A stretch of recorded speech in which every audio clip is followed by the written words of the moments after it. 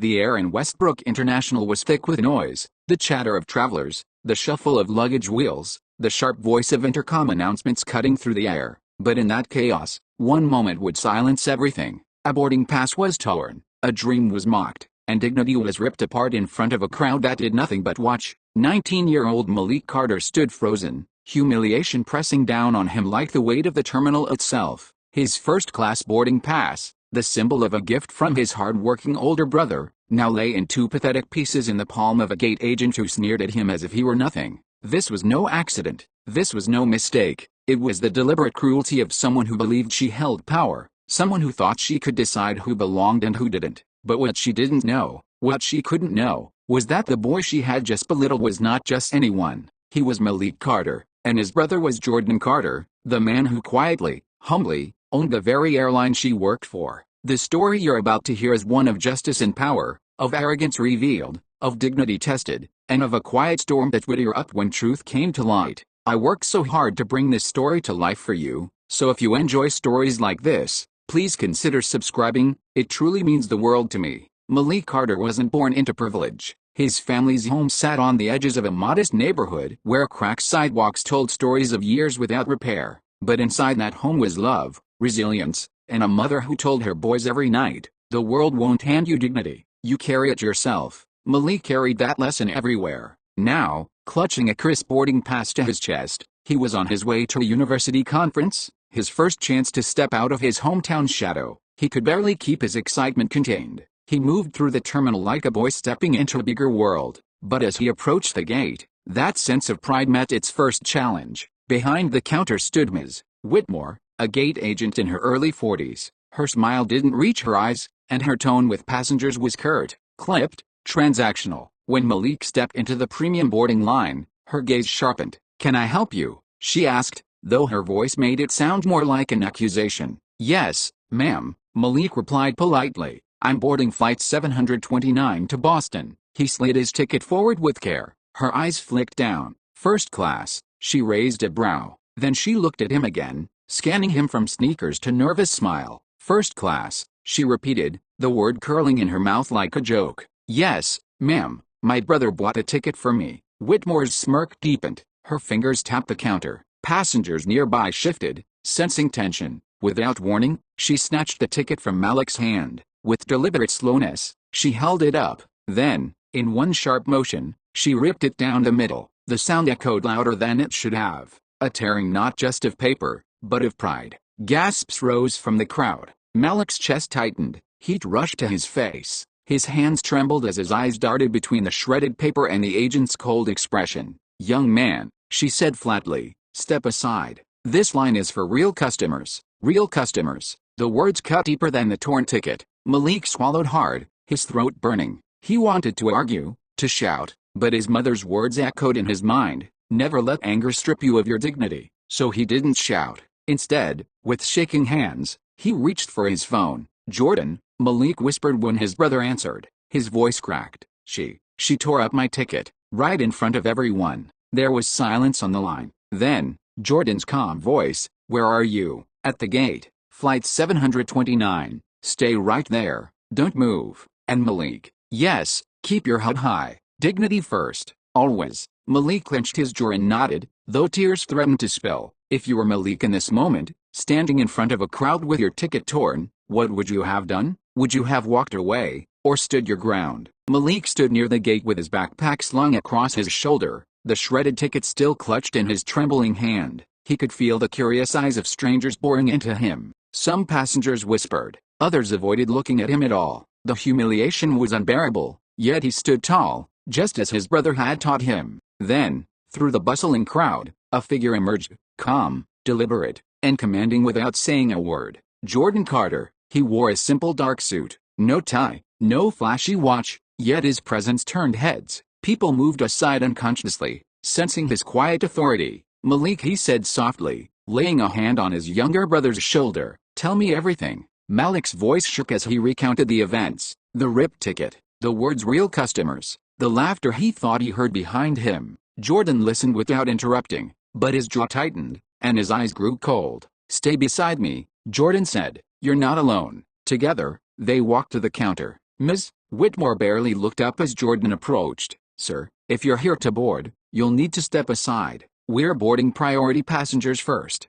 Jordan's voice was calm, steady. "This young man had a first-class ticket. You tore it up." Whitmore smirked, her tone dripping with condescension. "This line is for legitimate customers. We don't tolerate people trying to sneak into premium seating." Malik flinched. Jordan's hand rested lightly on his shoulder, studying him. "Is that what you think happened?" Jordan asked. "I don't think," she snapped. "I know." Behind them, murmurs spread through the line. A few passengers shifted uncomfortably. They had seen what happened, but none had spoken up. Whitmore, feeling challenged, picked up the phone. "Security, please. I have a disruptive passenger here." Within minutes, 2 uniformed airport security officers arrived. Their eyes landed not on Whitmore, but on Malik and Jordan. "Is there a problem here?" one asked. "Yes," Whitmore said quickly. "This boy tried to use a fake first-class ticket. When I confronted him, his friend came to argue." Malik's heart sank. Jordan, however, remained still, his expression unreadable. "Sir," the officer said to Jordan, "we're going to have to ask you both to step aside for questioning."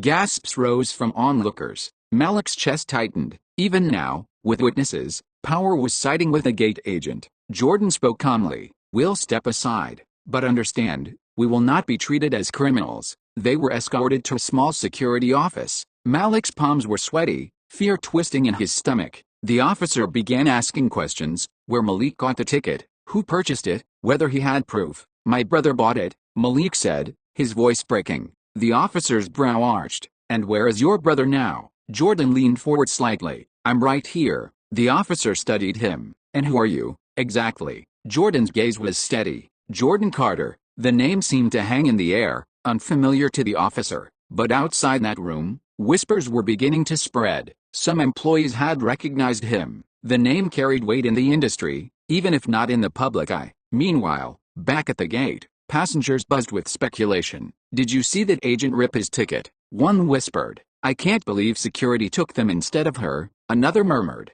"Isn't that Jordan Carter? I've read about him in business journals." The story was no longer confined to a torn ticket. It was spreading through the terminal like wildfire. Back at the gate, Ms. Whitmore was enjoying her temporary victory. To her, she had defended the airline from fraud. She bragged to a colleague, "You have to be firm with people like that, otherwise, they'll walk all over us." But her colleague looked uneasy. "I think you made a mistake. That man, I've seen him before, in the company newsletter." Whitmore frowned. "Newsletter?" "Yes," the colleague whispered. "That's Jordan Carter. He owns the airline." The color drained from Whitmore's face. In the security office, a senior airline manager rushed in, slightly breathless. His eyes widened when he saw Jordan. "Mr. Carter," he said, his voice trembling, "we weren't expecting you here today." The officer blinked. "Mr. Carter?" "Yes," the manager said quickly. "Jordan Carter, majority owner of Orion Airways." Silence fell. The officer swallowed hard. Malik's eyes went wide. Whitmore's arrogance, her dismissal, the false accusations, all of it unraveled in a single breath.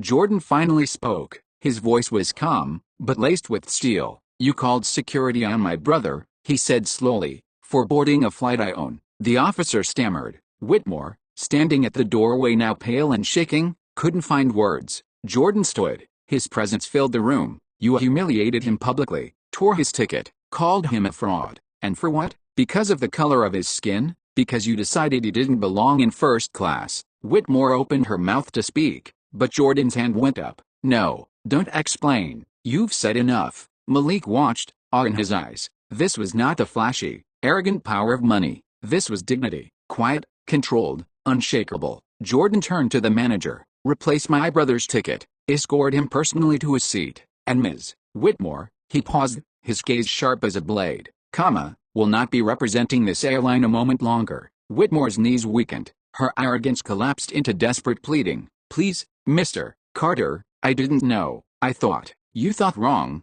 Jordan cut in, "and you've shown the world exactly who you are." News traveled fast. By the time Jordan and Malik walked back through the terminal, passengers had gathered. Some applauded quietly, others simply watched, their faces a mix of shame and admiration. Malik, though still shaken, held his head high beside his brother. Jordan whispered to him, "Remember, little brother, power isn't about shouting. It's about standing so firmly in truth that others can't shake you. The walk from the security office to the gate felt different this time. Malik wasn't the trembling boy he had been just minutes ago. He walked taller, his brother's steady presence like a shield around him. Passengers parted as Jordan and Malik approached. The whispers were louder now. Everyone knew what had happened. Some even recorded on their phones, though Jordan ignored them. His focus was Malik. "Are you okay?" Jordan asked softly. Malik nodded, though his eyes were wet. "I'm better now. You stood up for me." Jordan squeezed his shoulder. "That's what family does, and that's what justice does. It lifts up the ones others try to push down."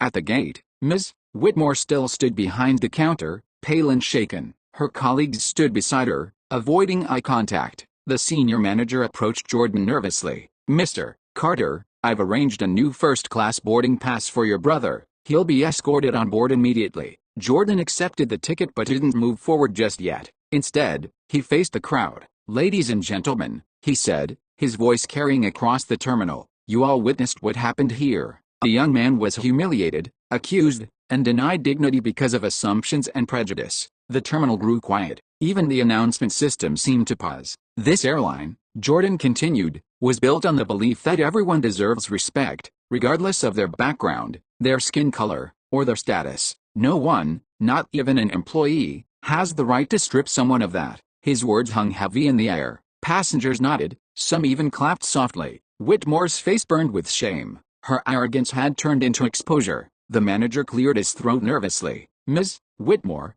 please hand me your badge." Her lips trembled. "Please, I didn't know. I didn't realize who he was." Jordan cut her off, his tone sharp. "That's the problem. You didn't need to know who he was. Respect shouldn't depend on someone's status. Dignity isn't reserved for the wealthy. It belongs to every human being." The crowd murmured in agreement. Whitmore's hand shook as she handed over her badge. For the first time, she looked small, powerless, exposed. The senior manager personally guided Malik toward the jet bridge, but before stepping inside, Malik turned back toward the crowd. His hands no longer trembled. His voice, though soft, carried weight. "I didn't want special treatment," he said. "I just wanted fairness. I wanted to travel like anyone else. Today wasn't about a ticket, it was about dignity, and I hope no one else has to go through what I did." Passengers erupted into applause. Some stood, others reached out as if to offer comfort. Malik turned and stepped onto the plane, his heart pounding, not with fear, but with. Inside the first-class cabin, Malik sank into his seat. Jordan sat beside him, calm and steady.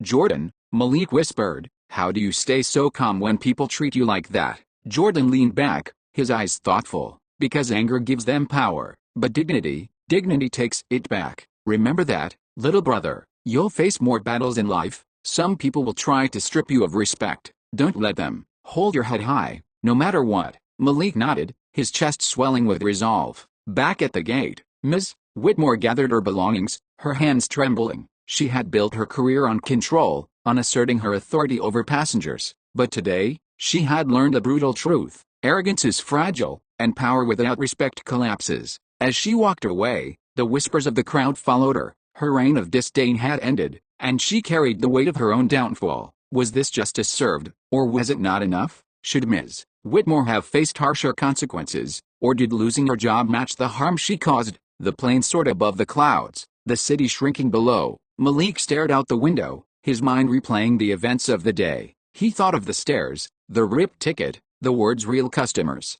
But he also thought of his brother, standing firm, calm, and unshakable in the face of injustice. Jordan leaned over. "You see, Malik, justice isn't about revenge, it's about balance. Today, the scales tipped in your favor, but more importantly, the world saw what happens when prejudice meets truth." Malik smiled faintly. "You're more than a brother, Jordan. You're an example." Jordan chuckled. "And you're more than a boy, you're becoming a man who knows his worth. That's more powerful than any ticket or seat." As the plane cut through the sky, Malik closed his eyes, feeling stronger, steadier, prouder. The lesson lingered. Power without justice is dangerous, but justice with dignity changes everything. So to you, watching this story unfold, ask yourself, if you were in Malik's shoes, would you have stayed silent, or stood tall? And if you were in Jordan's position, would you have acted with calm justice, or fiery revenge? The choice between arrogance and dignity is one we face every day. Thank you for staying with me through this story. If it touched you, if it made you think,